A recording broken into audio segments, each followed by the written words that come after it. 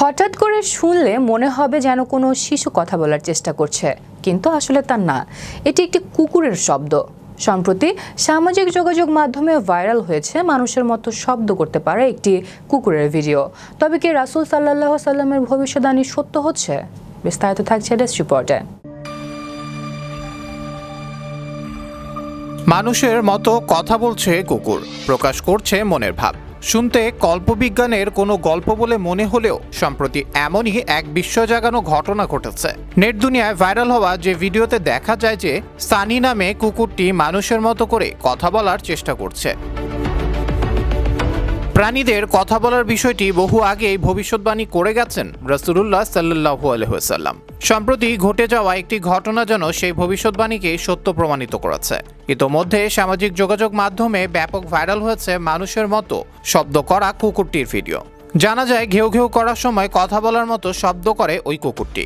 9 বছর বয়সী ওই কুকুরের নাম সানি। ঘটনাটি ঘটেছে নেদারল্যান্ডসের বাণিজ্যিক রাজধানী আমস্টারডামে। সম্প্রতি ধারণ করা একটি ভিডিওতে দেখা যায় গাড়িতে তার মালিকদের সঙ্গে কথা বলার মতো শব্দ করছে সানি।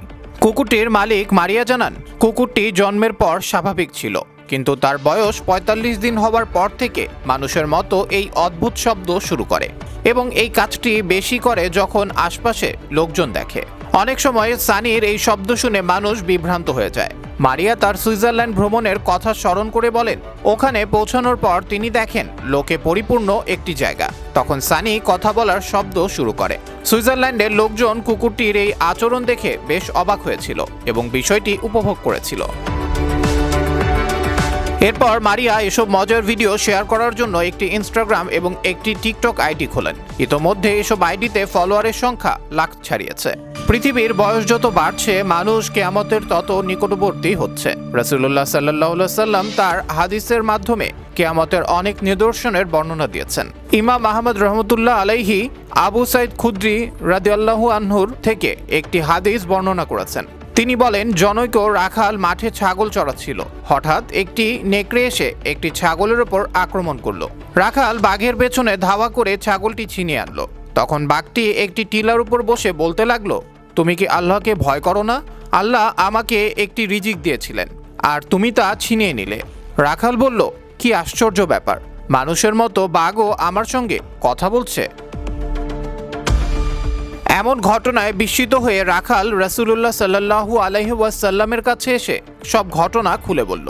তখন রাসূল সাল্লাল্লাহু আলাইহি ওয়াসাল্লাম রাখালকে বললেন, তুমি সবার সামনে ঘটনা খুলে বলো। রাখাল রাসূল সাল্লাল্লাহু আলাইহি ওয়াসাল্লামের সঙ্গে নামাজ আদায়কারীদের কাছে সম্পূর্ণ ঘটনার বর্ণনা শেষ করলে নবী বলেন, রাখাল সত্য বলেছে। ওই আল্লাহর শপথ যার হাতে আমার প্রাণ, ততদিন পর্যন্ত কিয়ামত সংগঠিত হবে না যতক্ষণ না হিংস্র প্রাণী মানুষের সঙ্গে কথা বলবে। এই ঘটনা যেন রাসূল সাল্লাল্লাহু আলাইহি সাল্লামের ভবিষ্যৎবাণীরই বহিঃপ্রকাশ, যা জানান দিচ্ছে কিয়ামতের পূর্ব লক্ষণ হিসেবে। আবরার আহমেদ ওয়াহি, বিশ্ব বাংলা 24 নিউজ ডেস্ক।